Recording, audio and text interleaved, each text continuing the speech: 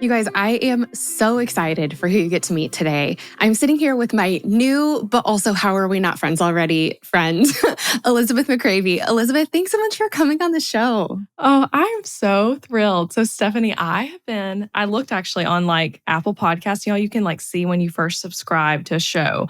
And I've been a Yeah. Girls Night listener since like early 2019. So, when it was like around like 50-ish episodes, so long time. And then you're right, we have so many mutual friends. So, it's like, it's a long time coming. I was so grateful when you asked me to be on because I'm a Girls Night listener as well, like everyone listening to us now. So, it's really fun.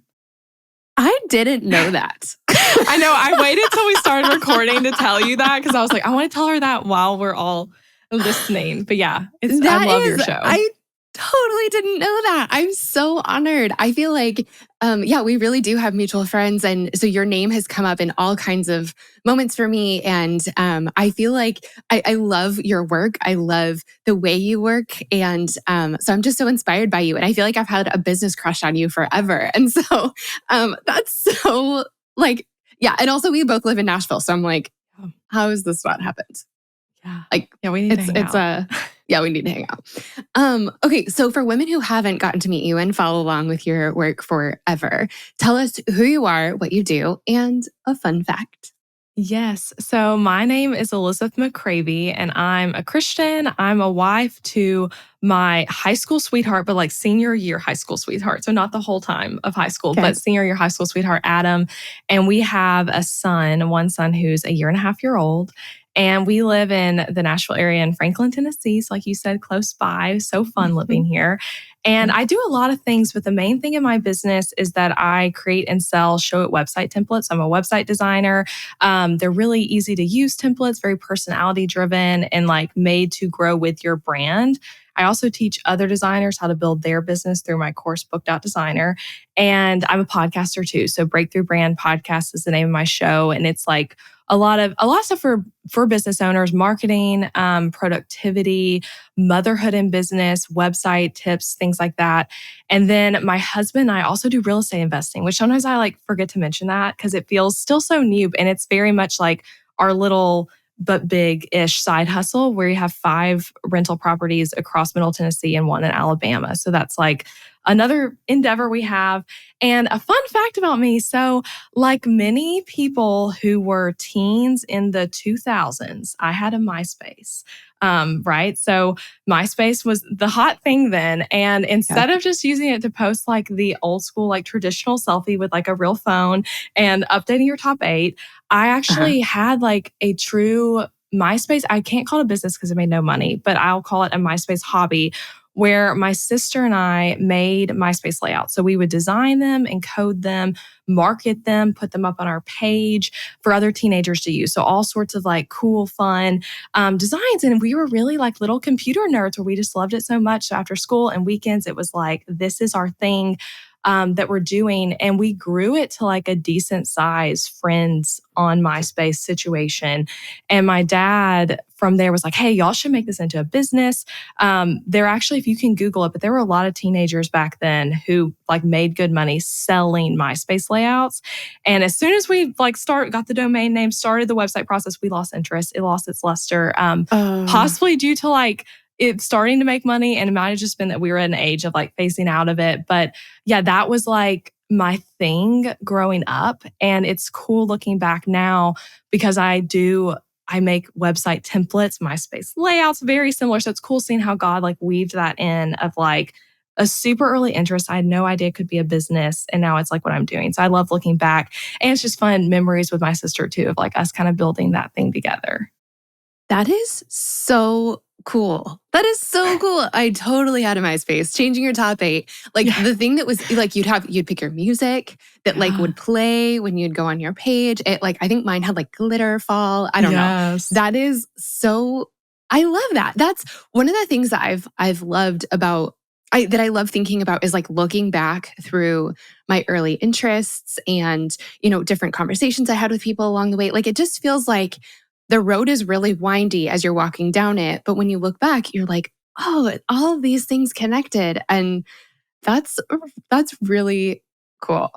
Tell me, like, how did you make that jump from like this early interest in coding and building MySpace layouts. How did that become like, what has your career journey looked like? Yeah. So I feel like most people don't realize a lot of careers that are out there. We were just talking about this. Like what we both do now, a lot of people are like, when you're younger, you're like, you don't even realize that's a thing. So for me, I had an early interest in entrepreneurship, definitely an early interest in design. And I graduated college deciding to be a nursing major, which is like, what? That doesn't even have anything to do with either of those things. But I also loved science. And that was like a very obvious career path. Like I knew a lot of people who were nurses.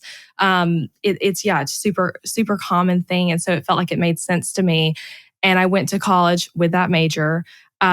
Never took any nursing classes because freshman year, I kind of felt that like, hey, that's like not the right thing. But I had no idea what I wanted to do career wise. I was like, just very confused and only felt like I was familiar with very certain career paths and just really struggling there. But I went to my school's career counseling center and did sessions with them. I paid to do their whole personality testing system and did the whole career counseling thing. And the guy ended up telling me, you should major in digital media studies, which I'd never heard of that major or that concept.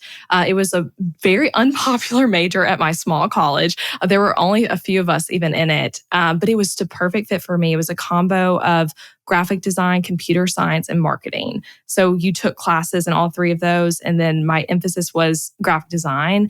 And as soon as I like started taking the classes, I really started to lean into like, okay, I love this. I love, started to kind of embrace the idea of the business stuff a bit more and like allowing that side of me to come out. And yeah, so that was really how I found the degree and the concept. And I got a job right out of college at a not PR place, like an ad marketing. Is like kind of medical marketing stuff here in Nashville. And I was very excited to be a 9-to-5er. Like I thought that was like going to be so great. And I actually think I'm not against 9-to-5s. Even as someone who's an entrepreneur now, I think it can be a great career path. But I was like at the time, like, this is it. I'm so excited. I'm going to like wear a pantsuit and like work in a big building.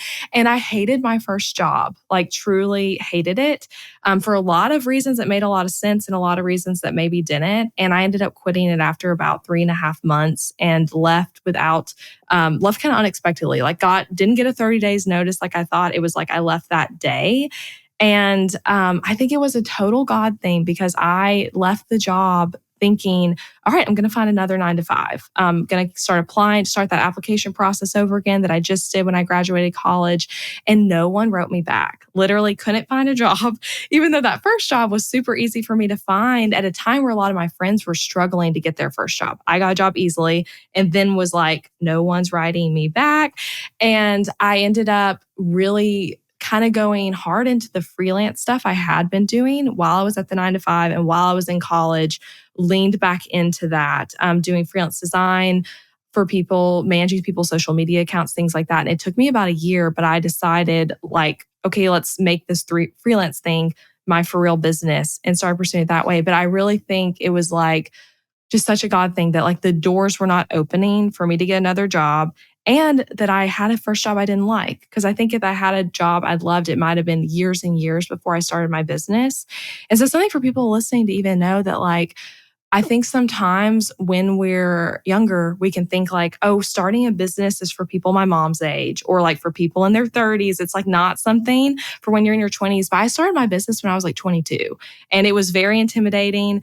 I definitely was the youngest in the room forever and still sometimes feel like I'm the youngest in the room, even at 30 now. But it was like, it felt very young. It felt very like unqualified a lot of the time, but I'm so glad I started when I did. And you can totally start a business that young or younger even, or older, and whenever. Yeah. It's one of the things that we've talked about this a million times on the show is I was so intimidated to start a podcast, even though like my background is in broadcast journalism. I have some of the like training, I guess, but it still felt really intimidating. But that was when I realized everyone is a beginner at the beginning. Everyone is a beginner. And so you like, if you're going to start anything, you're going to have to be terrible at it for a while. So you might as well jump in and kind of get that part over with. And so like, it's never the wrong time to start. if you're going to be bad at it for a while, you might as well like start logging some of those hours early or today, and like with practice, you'll get better at it. I love that. And that's honestly, that's really similar to mine and Carl's story. Like we had jobs we loved, we lost them. We both got downsized all on the same day and right before our wedding. And then we kind of found something else that worked for a while, but then that fell through. And so Carl just kind of pursued his like freelance design work. And that's when like kind of the bottom dropping out for the second time was when I was like, well, I don't have anything to lose. I might as well start writing and start taking this seriously and like really pursue this blog thing as a business. And I'm so glad that I did. I think most people, well, I was talking to a group of creatives yesterday about this, that everyone tells you in college that you can't make a living creatively. I know so many women and men who are flying in the face of that. I would say more people, it's because I'm in this industry, but I know more people making a living through entrepreneurship and creativity and writing and art and music than I do people who aren't.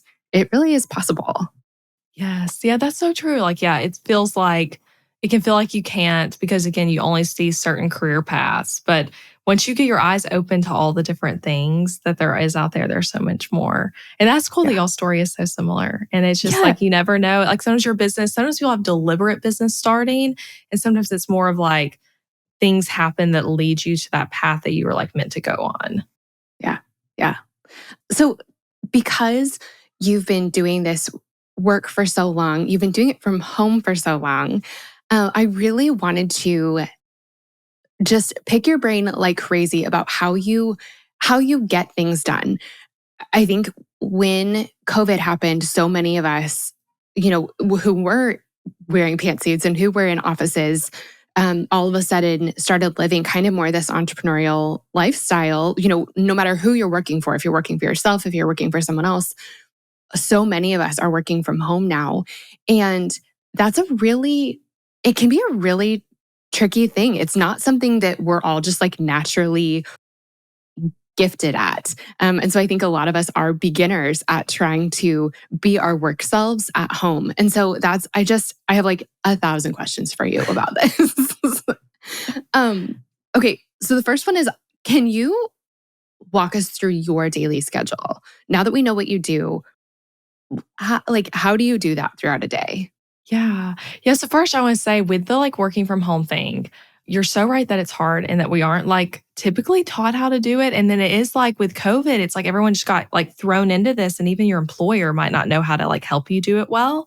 And when I first started working from home all those years ago, I know I made a lot of mistakes, like some that we'll talk about in this episode, but like, watching TV all day while working, not actually getting ready whatsoever, or like working on things that don't actually matter and trying to focus too much on like just putting in the hours, but it's like, is it really moving the needle forward and stuff like that? So over the years, and I know you probably have a lot of this too, Stephanie, like you figured out like what works and what doesn't. And for you personally and just in general. So yeah, I'm excited to share about all that. But yeah, so for me, the days, like I said, I'm like a newish mom. I feel like I still want to call myself a new mom. I'm like newish, I guess, since he's like a year and a half old now.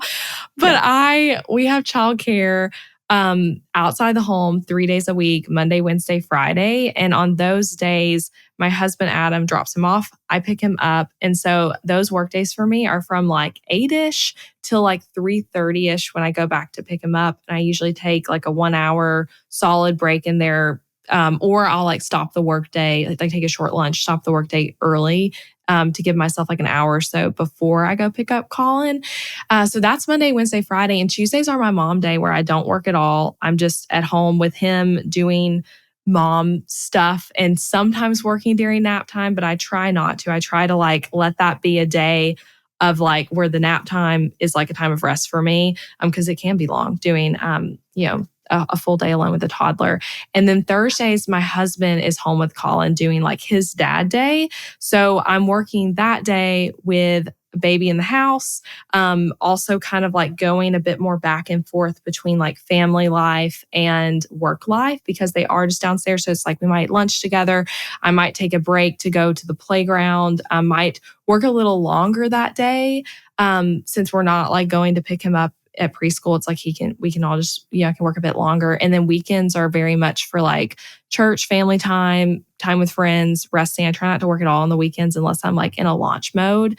And what I'm doing, I'm like, gosh, my business, like I said, it's like design and courses, right? Like I sell templates, I make courses, I podcast. So I spend a lot of time creating content, whether it's like outlining for my show and recording, doing a guest interview, communicating with team members on like Slack and ClickUp, designing templates and working on design stuff, dealing with like customer support things, updating like a course or a training I'm working on and things like that. And then giving support to students in Book.Design through like coaching calls and me in the Facebook group. So it's a lot of like random stuff.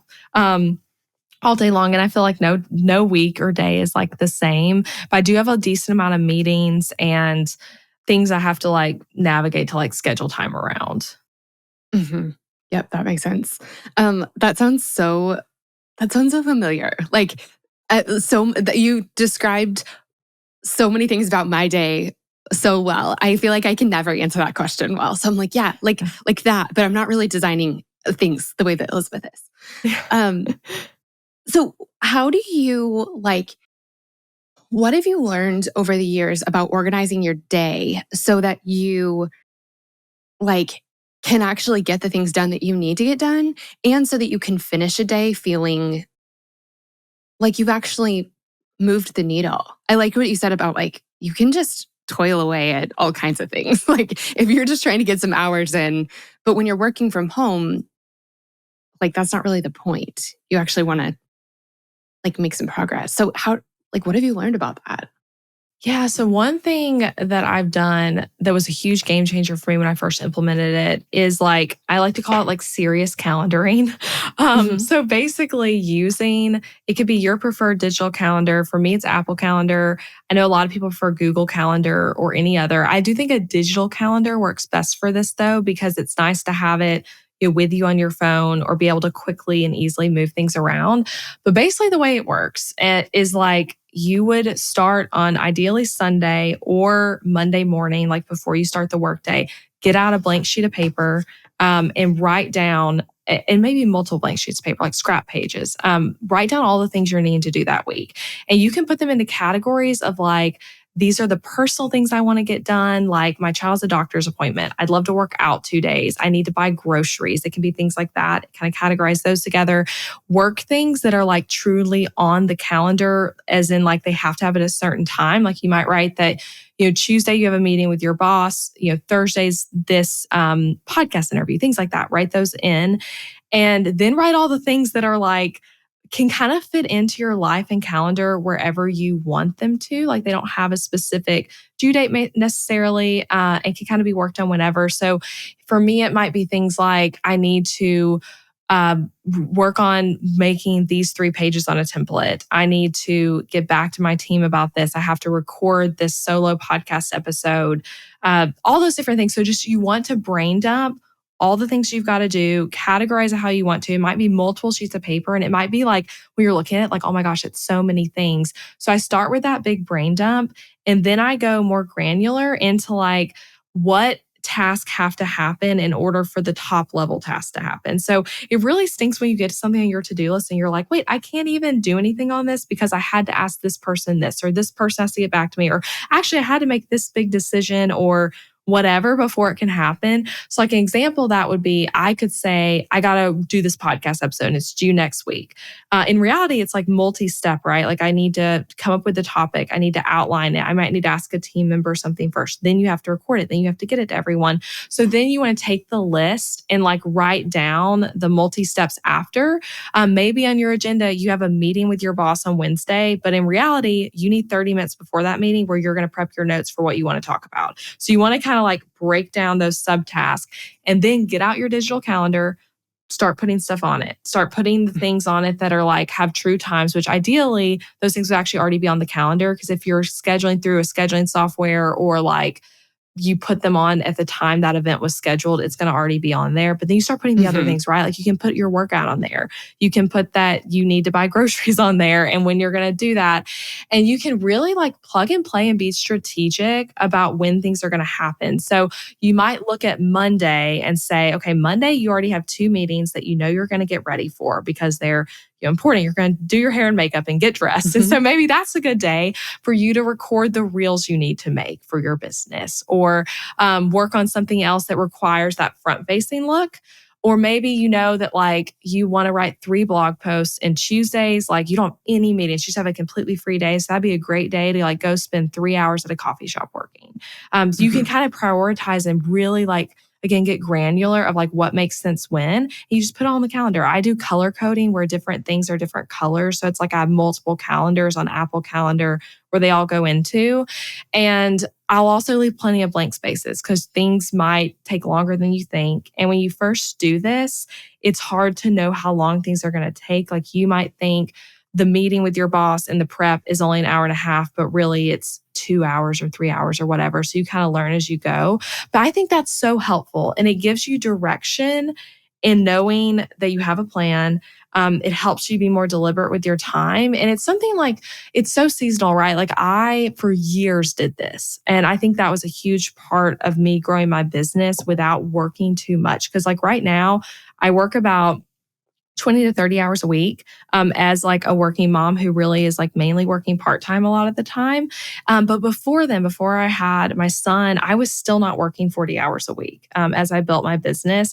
And so it's like kind of this intense scheduling helped me do that. That's so awesome. Do you work more in spurts or do you batch work at all?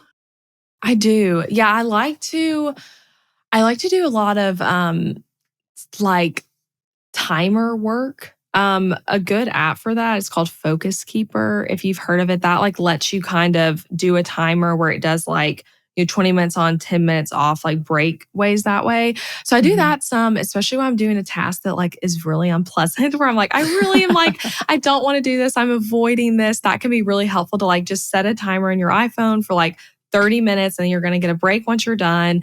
So I do think that's helpful. And I try to do a lot of things like in batching mode in a sense. So like with meetings, it's like there's some days I'm doing meetings. There's some days I'm not doing meetings. I do batching of like podcast interview recording, not solo episodes as much, but I do some batching in that sense. And I do think that's really helpful. Yeah. I think paying attention to how like it's really a learning process, like you try one thing, you try scheduling your day one way, putting all your meetings in the afternoon and then, trying to have some like focused work time in the morning or, we try different things. And I think that different things work for different people. And so I think a lot of times we forget to stop and go, okay, how did this go? Or like, I'm always getting caught in the after, like I'm always so tired by 3 p.m. or something. Okay, so like, what do we need to do differently? And I just love that.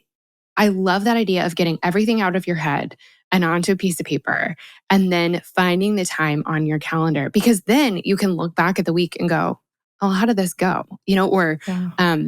Like I never got to that. Why? Like why? Or I avoided that thing. Okay, well, why? Or I was so tired by the time I got to that thing. And I also think that it like avoids some of the dread of like feeling overwhelmed.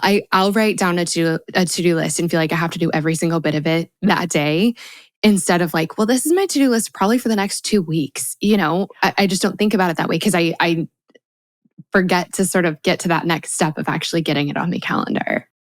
Yeah. And putting on your calendar allows you to be like, you're making the decision ahead of time and then you just need to execute it, which can be really helpful if you often feel like you plan to do something, but you don't actually take action on it. You can kind of like let your calendar be the boss in a sense. And like, hey, I pre-decided this myself earlier this week when I was having the energy and all that, decided that I was going to do this. And that method like might not work for some people listening. Like, oh my gosh, that's too intense. I don't like that. Or my schedule's too unpredictable. And another option that has worked better for me in this current season of life, because like we've had the current childcare situation we're in for only about 3 months now. And like Yeah. my husband's a counselor and is also in graduate school. And it's like his schedule changes a lot. And then my schedule's more flexible since I work for myself. So it's like I have to navigate his a lot. So it does feel harder to do that. And another thing that I do more frequently now that I think is really helpful is I come up with like a top 1 to 2 things for each workday that I want to get done. And it shouldn't be more than 1 to 3 things, because in reality, the 1 to 3 things that they're really moving the needle forward probably do take a bit more time. And when deciding like what are the top 1 to 3 things, I'm asking myself, if this was the only thing I got done today, would I be satisfied with my workday? And that's kind of how you can know. So good. Yeah, that's how you can know. Like if it's something where it's like, because there's so many things that are like feel important, but really it's just because they're urgent. Like our inbox often is that of like, it can feel so important, but really it's just urgent and it probably isn't necessarily moving the needle forward that much. So I'll like write down like, what are those top 1 to 3 things? And then what are all the other things that might be more like 5-minute task? And then often like do a little bit of like things like this meeting we're in right now might be on the calendar, but then other things might not be. So that's what's worked for me in like my current season. But I do think the other way that I just shared is also really effective. So it's all about finding like what works with you and your brain and your current season of life. And as a mom on my like mom days, something I do that I'm just like obsessed with because it's almost like a fun little game for me is back on like the scrap sheet of paper. I get that out and I'll write down like the different things I want to do that day. And some of them are, and that's more like things around the house, things for my child kind of day. So it might be like, I'm wanting to get laundry done. I've got to unload the dishwasher. It might also be that like, I need to outline a podcast episode, or I really want to pick back up that fiction book I'm reading. I want to do a devotional time and prayer time today. I want to go on a walk. I write all those kind of things down. And then I just pick whatever highlighters I have available. So it might be like, green is for stuff while Colin's awake, and yellow is for stuff during nap time. And I basically look at the list of like, okay, is this something I could do with him or while he's playing independently? So like folding laundry, at least for him at his current age of like a year and a half, that's a great task to do with him. Like there's really no reason to use your precious nap time to like fold laundry. Yes. Same thing for like unloading the dishwasher. Like maybe you can let him play with some pans on the floor and then you unload. But then like me sitting down and outlining a podcast is like, no, I need that to be something I'm doing during nap time or while he's doing something truly independent. So kind of mapping that out, and then you get to mark stuff off. And for that, I do keep it just scrap paper because it's like I can just leave it in the kitchen. We're at home most of the day. And that works really well and can help you kind of have some structure on a day that might otherwise feel like I didn't get anything done. I'm just like reactive. It can give you a little bit of proactivity. I love that. Also, there's like no better feeling than checking things off the list. Yes, right? I agree. I was trying to find this quote, and this, just like everything else, is like, did he actually say that? I don't know, but I like it. So there's this Mark Twain quote that says, if it's your job to eat a frog, it's best to do it first thing in the morning. And if it's your job to eat 2 frogs, it's best to eat the biggest one first. And this is like maybe the most consistent thing that I've done over the last handful of years is like the top 1 to 2 things that I need to get done. And then I really do get kind of that like I'm procrastinating on something. And so then now I'm really dreading it. Now I don't want to do it. And it could be anything. And so I've like that idea of like, eat the biggest frog first. What is the thing where you're like, I have to get this done. If I can do it first thing, then I don't have to think about it for the rest of the day. But so that like, this is what I need to do today in order for this to be a productive work day or to move the needle forward. And then whichever one you dread the most. Do that first. And that's such good advice and so hard to do. So like if you are like, okay, I'm going to take what Stephanie just said and like do the thing that's most important first, but you find yourself instead being like, let me scroll Instagram. I want to open my inbox, or like, let me respond to this other thing, or this thing's so much easier. Maybe let yourself have like 10 minutes of doing the easier thing.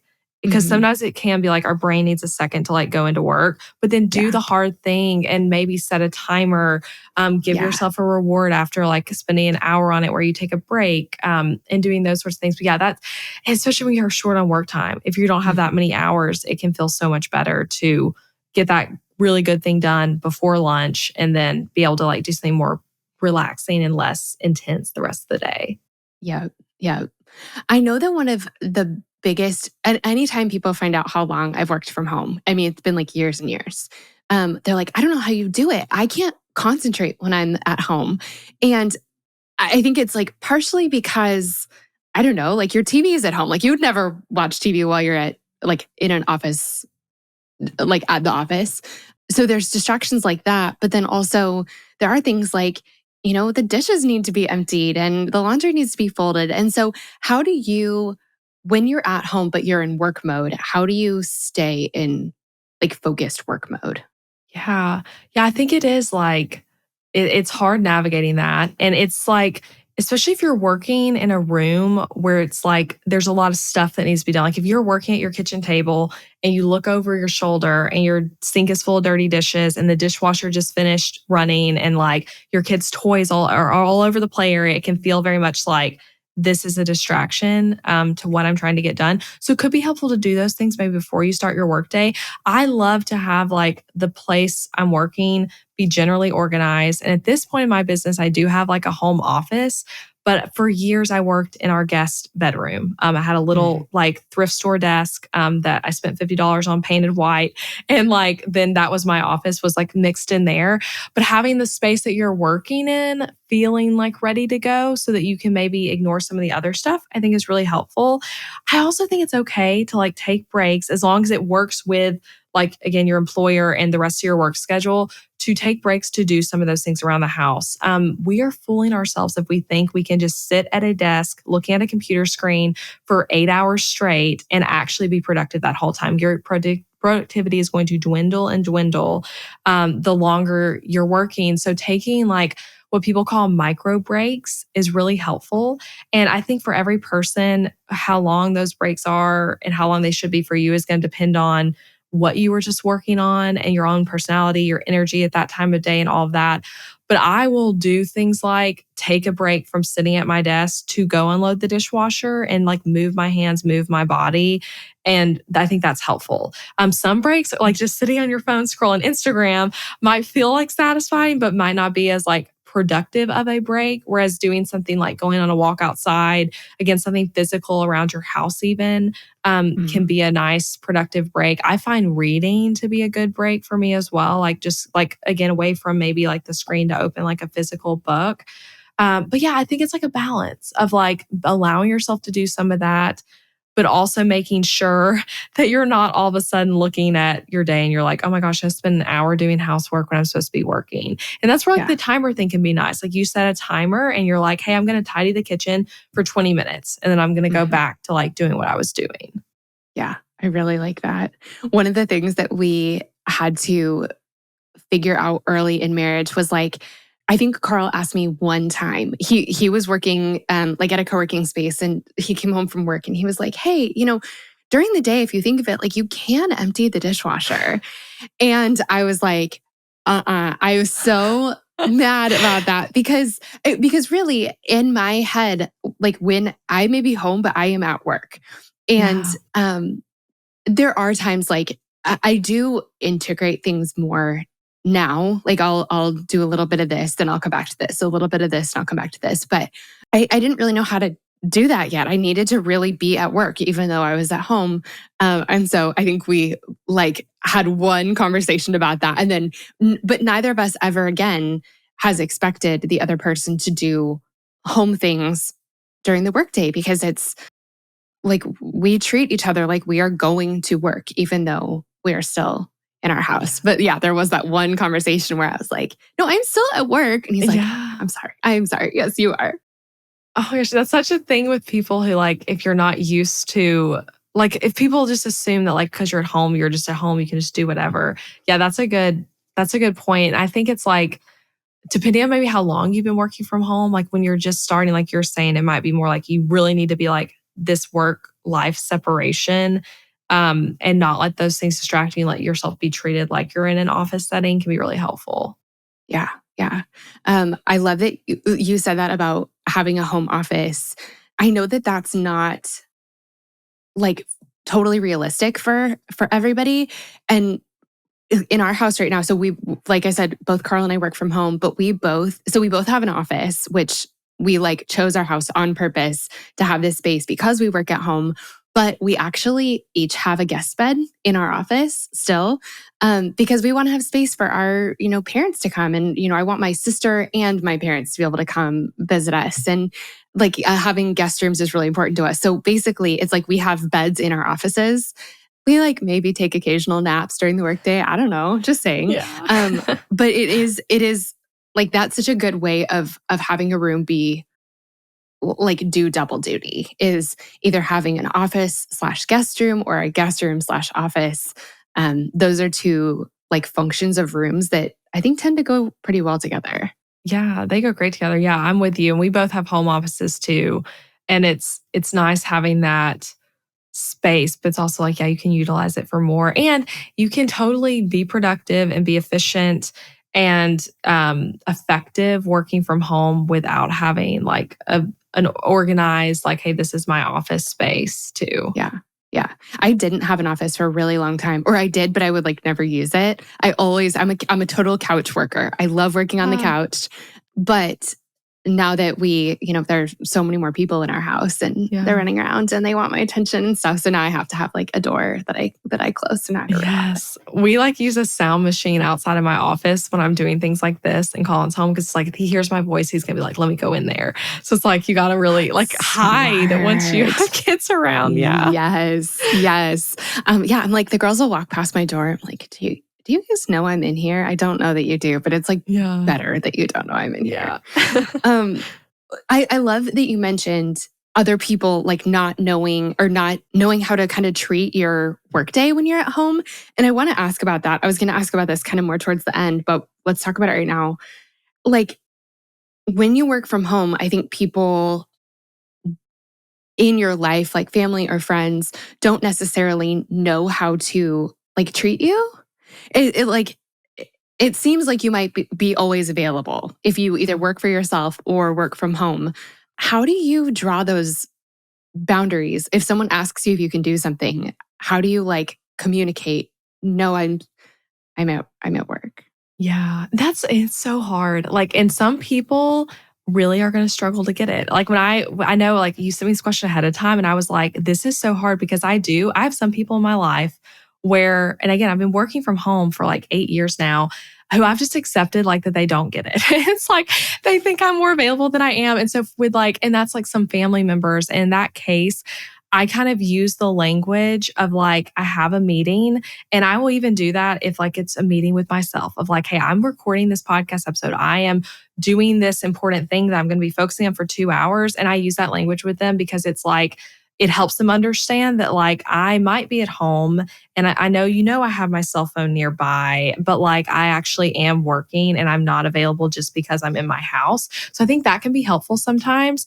And also letting people into like what it is you're doing, because it can be confusing of like, well, what are you doing all day? Well, you're just at home. And like they might think about, if they're not used to that way of working, they might think about like the one time they had a sick day where they like kind of worked on their laptop a little bit, but they were really watching TV and they were in their pajamas and just sitting on their couch and, cooked a really long dinner that day. And like those sorts of things are their visual. So like letting them into when it feels like it makes sense of like, hey, I'm working from home, but like this is what that actually looks like, and creating boundaries with it of like that, like, hey, letting them know this is the schedule. And like during these hours, like I'm not available to do X, Y, and Z because I am working and it looks different than your work.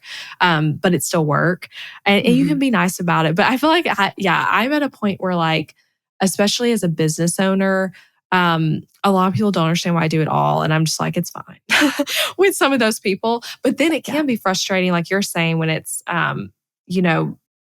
like maybe they're intruding on your time a bit because they're assuming that you're just available all the time. What do you do, Stephanie, for that? I think I've been doing it long enough that, I think most people kind of get it. But I do really lean into telling people what I'm working on, because I find it so much easier to understand and to be able to be understanding and supportive if I guess, understand more. So that comes up a lot with Carl and I, where like, if he is really, if he's working really hard on something or he is like working kind of overtime on something, especially if that means that usually we end the day like around the same time, like around like 5:30. We both kind of end our work days. If he were to come to me and say, "Hey, can you do dinner by yourself with the girls? I have to just I have a lot of work to do." I'm like maybe a little annoyed, especially Yeah. if it's happened, a lot recently.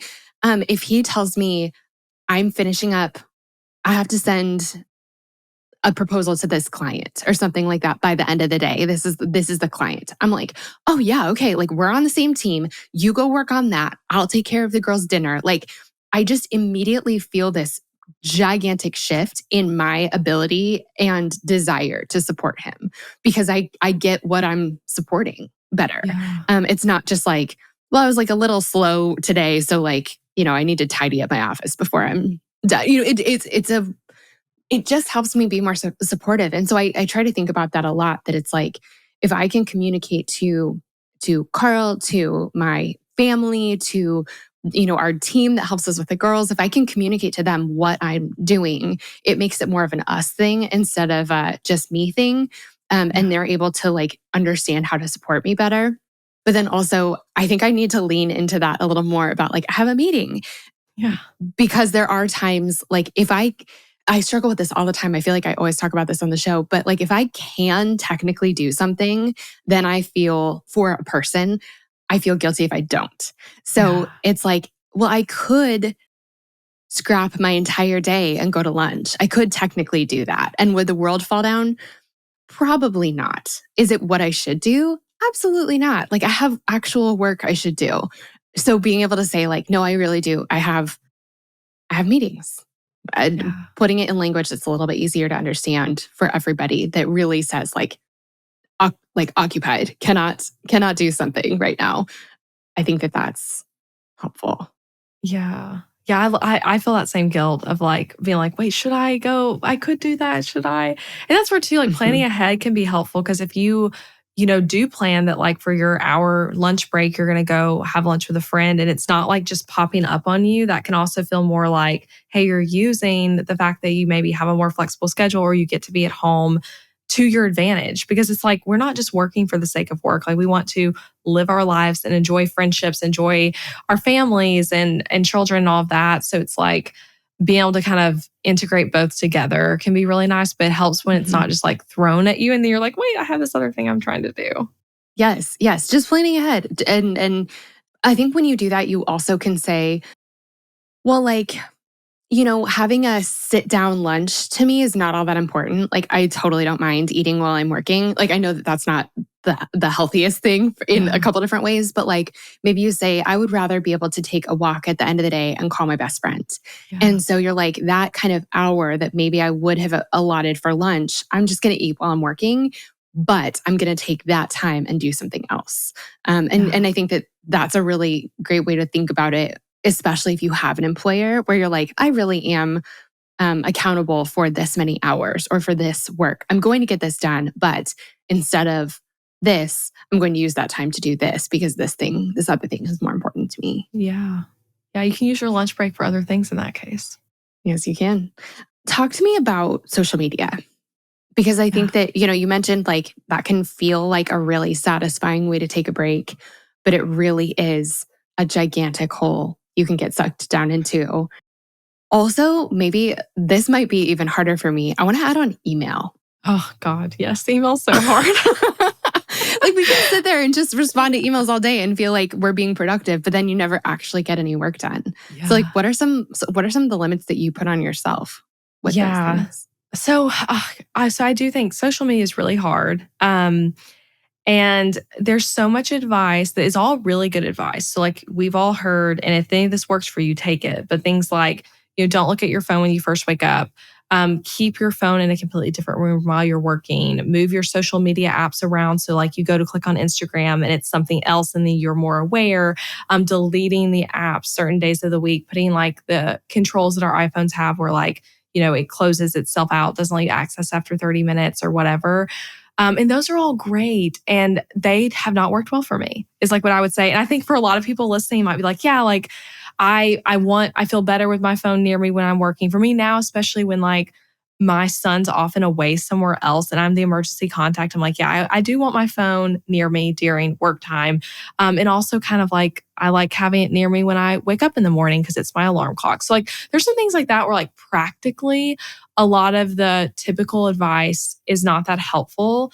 And it is a nice relaxer sometimes to just be able to like sit and just look at something that's a little bit more mindless, to have a bit of a break. And I guess what I would say works for me though, when I say all that stuff doesn't, and I don't do any of this perfectly. I feel like I'm still constantly figuring it out, especially since like for me, social media is a part of work. And so like showing up on there is a work thing. And I post a lot less than I used to. I think because I have been more like it's kind of seeing like, okay, what is moving the needle forward the most in my business? Like, what is a good use of time? So, one thing is, as a business owner, at least, I try to be on there more as a creator than a consumer. So, like, if Mm. I'm going to go on there to scroll, which I do, I love seeing what like people I enjoy following are posting. Like, I love seeing the stories my friends are sharing. And like, there's a lot of business accounts I follow where I'm like, it's so encouraging, or faith accounts where like I'm seeing this like scripture and this awesome like caption that's encouraging me today. Like, and that's all like all good and great. But I like to try to be on there as a creator. So like when I'm going on posting or responding to stuff as much as possible, and letting that be a part of the process. And then really truly trying to limit my time on it and like swap out social media when I'm looking for just a quick scroll for like a book is something that's really helpful for me. Mm. So like I use the Kindle app on my phone and got really into reading books on my phone during breastfeeding because like that was really easy to just have just like your phone right there.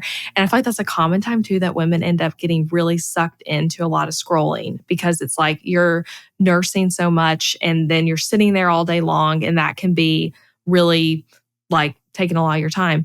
Mhm. So I like reading on my phone and that can be really nice and easy just to pick up and scroll through that instead. But I think just being really aware of it is something that's helpful for me on the social media front. And with email specifically, I think we all as people, literally no matter what you do, like our work is so tied to the inbox.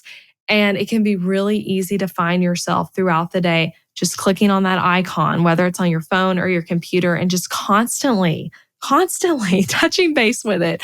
So something I do is I use a specific email software called Front with my team for like managing all of our inboxes. So for someone else listening, it might be like the traditional mail app or like a Gmail app, or it might be that's in your browser.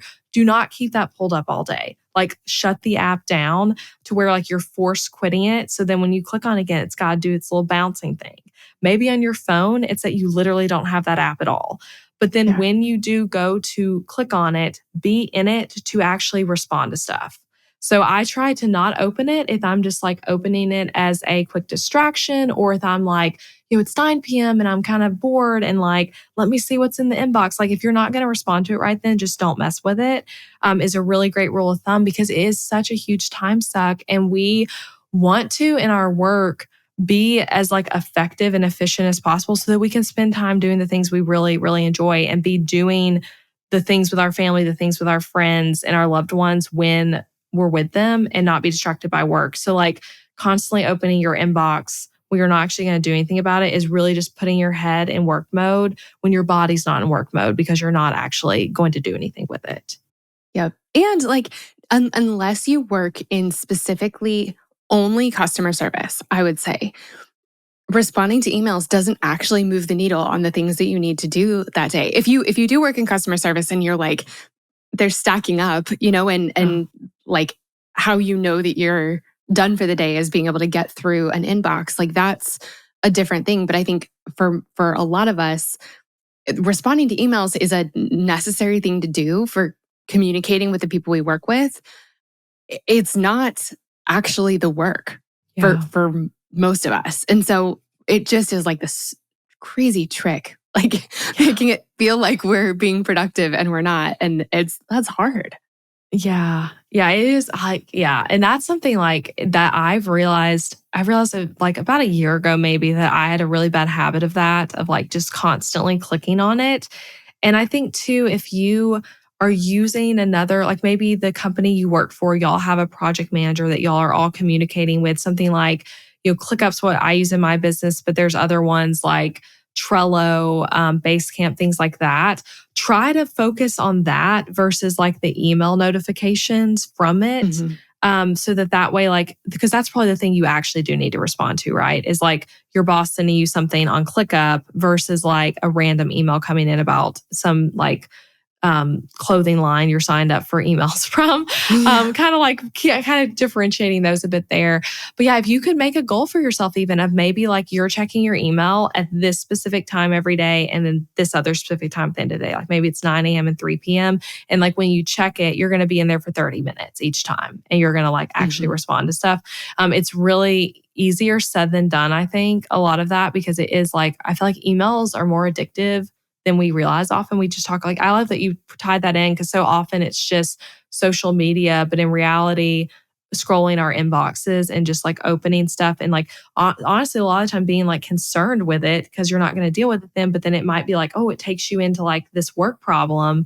Yeah. It's really unsettling and not good for having the separation of work and life. Yes. Yes. I try to be really good about that. Like, I will scroll social media. I've gotten a little bit worse about it in the last couple months. I used to be like really, really disciplined. I've gotten a little bit worse about it lately, but I really don't scroll very much, kind of outside of like, I really try to just be on my phone most of the time during work hours. And I definitely don't check my phone after work because, yeah, it's like you were hanging out with your kids or with your husband or having a great time with your friends. And then all of a sudden you're consumed by this work thing that you can't actually do anything about in that moment. Or you can, but like that's not what that moment is for. You're off the clock. And so being like actually off the clock when you're off the clock. One other thing I wanted to say, this is like kind of a side note, but as we've been talking about all the, noticing the different ways that we work well and setting ourselves up for success in our schedule and in our environment, one of the things that I noticed about myself. I thought of this because earlier you said you can't sit at your computer for 8 hours and just like be productive for 8 hours. I learned that my best thinking happens while I'm doing other things. And so I was really trying to crack the code on this big writing project and was trying to figure out like what am I trying to say? And I noticed that actually while I'm running errands, things like start kind of clicking in place in my brain more. And so I started like doing that on purpose. And I was doing it a lot for a while. So I would like, drive here. And then as on the way, something would sort of occur to me. And then I'd get there or I'd, beat a red light and I'd like write a whole bunch down. And all of my best thinking happened while I was doing something else. So I think that that's like really worth paying attention to is it doesn't make sense to chain yourself to your desk if you don't actually do your best thinking or your best work at your desk. The whole thing about this is how do you do your best work and how can you set yourself up to do that as often as Yeah. possible?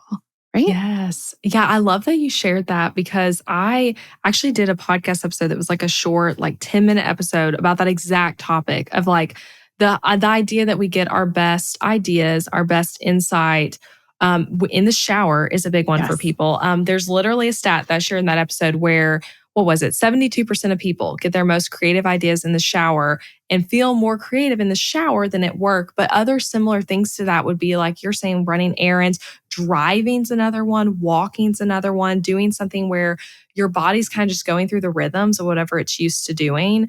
And then you have the quiet time to think.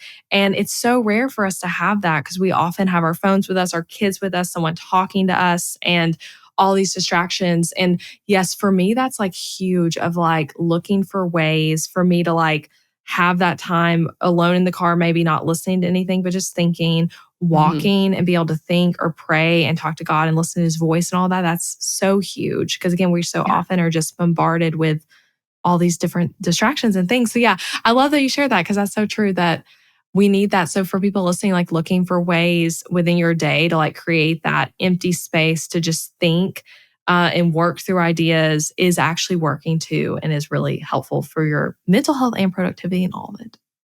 Yeah. And I think we're actually like kind of mean about the thoughts that we come up with right before bed or in the middle of the night or in the shower or something. We're like, well, I wasn't working. Like that's not a real idea. And I noticed a handful of years ago, like, no, those are the real ideas. Those are the best ideas.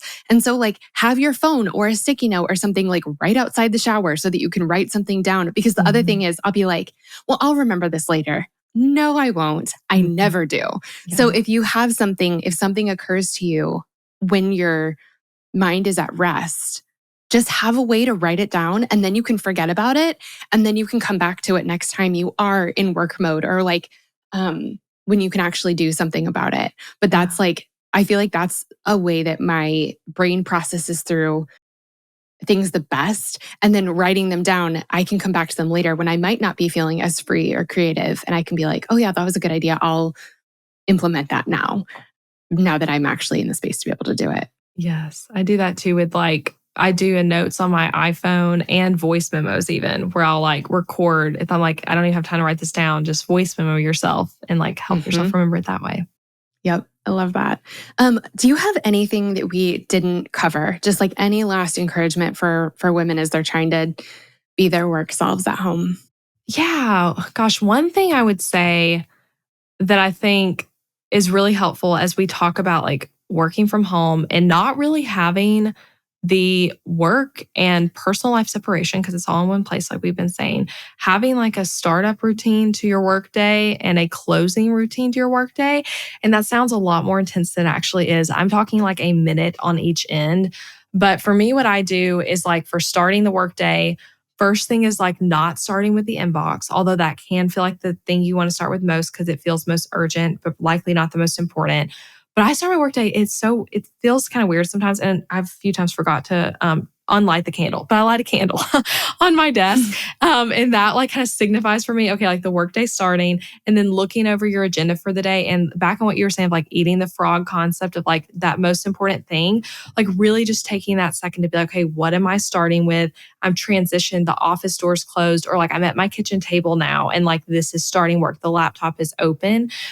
Doing a little bit of like a work startup routine like that. And then for closing the workday, what I like to do is moving over anything I didn't get done to like the next day in the planner, looking at the calendar for the next day, kind of closing anything out that needs to be closed out, tidying up my desk a little bit, which is my desk is like, even right now as I look in front, it's like not that tidy. When I say tidy up, I mean like taking the 3 coffee cups that are empty, like down to the kitchen. Yes. But a big one that I think is like, feels so funny, but I do this every day. I close my laptop. I have a laptop, not like a monitor. So I'm old school like that, even though I've been working from home and I was a designer, but I have a laptop. I close it and I say all done. So like all done with the workday out loud to really differentiate like, hey, the workday is ending. I'm all done with work. Cal Newport teaches that in one of his books. I think it's in Deep Work, but he has you say shut down complete, I think is the way he explains to do it. So whatever you want to say, maybe it's all done, like we teach kids to do with like the different sign languages, or shut down complete or like whatever word resonates with you. But like saying something out loud to signify that like, hey, I'm leaving this workspace behind and like allow yourself to really leave it behind and like go into family mode, go into time with your spouse, go into time with your roommates and friends and like really differentiate that this is done. And I think it's helpful to do that, even if you are like, hey, I'm stopping at 3:00 to pick up my kids from school and I'm going to work again at 7 when they're asleep. Like, even if that's your situation, still allow yourself that shutdown time to allow yourself to like really say like, hey, I'm about to go be fully present with this other thing. Yep. I love that. I love that. Elizabeth, I just am so grateful for you. I'm so inspired by you. I'm so grateful for you. And we're going to link to everything Elizabeth McCravy on the show notes so that everyone can follow you and be your friend and learn from you and get templates from you. You guys, if you are looking for a website, I love Showit and I love Elizabeth's designs. And so it's just a really great way to like, it's like the fast track to a really beautiful website. So thank you. Thanks for coming on the show, friend. Yeah, thank you. It was an honor. This was so fun.